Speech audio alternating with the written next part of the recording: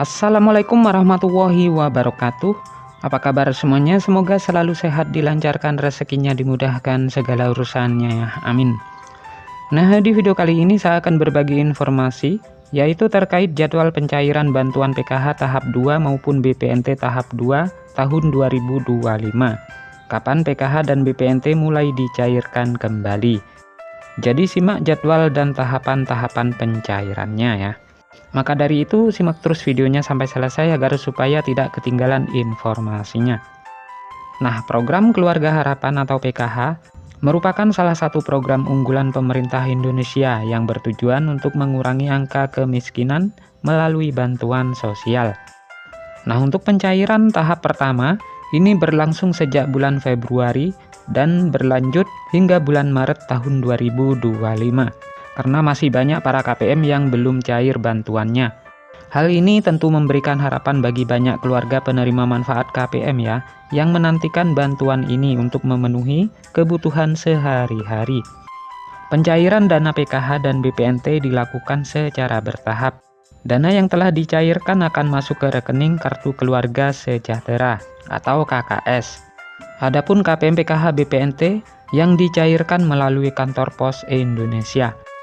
Meskipun demikian, tidak semua KPM menerima dana secara bersamaan ya, karena beda daerah beda jadwal. Dan berikut jadwal pencairan PKH dan BPNT untuk tahap 2. Nah, perlu diketahui bahwasanya pencairan PKH maupun BPNT itu disalurkan dalam 4 tahap sepanjang tahun. Dan berikut ini adalah rincian jadwal pencairan untuk masing-masing tahap ya.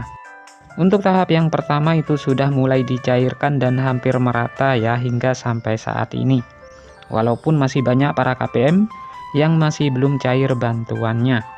Dan untuk tahap yang pertama ini masih terus dilanjut dicairkan hingga bulan Maret tahun 2025. Baik yang lewat kartu KKS maupun yang lewat PT Pos Indonesia. Sedangkan untuk tahap 2 ini akan kembali dicairkan di antara bulan Mei dan Juni. Untuk tahap yang ketiga, ini akan dicairkan di antara bulan Agustus dan September. Dan tahap yang keempat, di antara bulan November dan Desember, baik PKH maupun BPNT. Nah, dengan adanya jadwal ini diharapkan KPM dapat mempersiapkan diri ya, dan mengatur keuangan mereka dengan lebih baik, terutama dalam menghadapi kebutuhan yang mungkin meningkat di setiap tahapan pencairan. Nah, sementara besaran bantuan PKH bervariasi ya, tergantung pada kategori penerima. Untuk ibu hamil, Rp750.000 per tahap, total 3 juta per tahun. Sedangkan anak usia dini umur 0 sampai dengan 6 tahun, Rp750.000 per tahap, total 3 juta per tahun. Untuk anak SD sederajat, Rp225.000 per tahap, total Rp900.000 per tahun. Untuk kategori lansia dan disabilitas, Rp600.000 per tahap. Nah, dengan adanya variasi besaran bantuan ini, pemerintah berharap dapat mencakup berbagai kebutuhan yang berbeda dari setiap kategori penerima, sehingga bantuan yang diberikan lebih tepat sasaran. Nah, jumlah penerima manfaat PKH tahun 2025, pemerintah menargetkan sebanyak 10 juta KPM sebagai penerima manfaat PKH tahun 2025. Target ini menunjukkan komitmen pemerintah dalam mengentaskan kemiskinan dan memberikan dukungan kepada masyarakat yang membutuhkan. Dengan jumlah penerima yang besar, diharapkan program ini dapat memberikan dampak positif yang signifikan terhadap perekonomian keluarga penerima. Bagi masyarakat yang ingin mengecek status penerima manfaat, kalian dapat mengunjungi situs resmi cekbansos.kemensos.go.id. Di situs tersebut, kalian dapat menemukan informasi terkait status penerimaan bantuan sosial, termasuk PKH dan BPNT.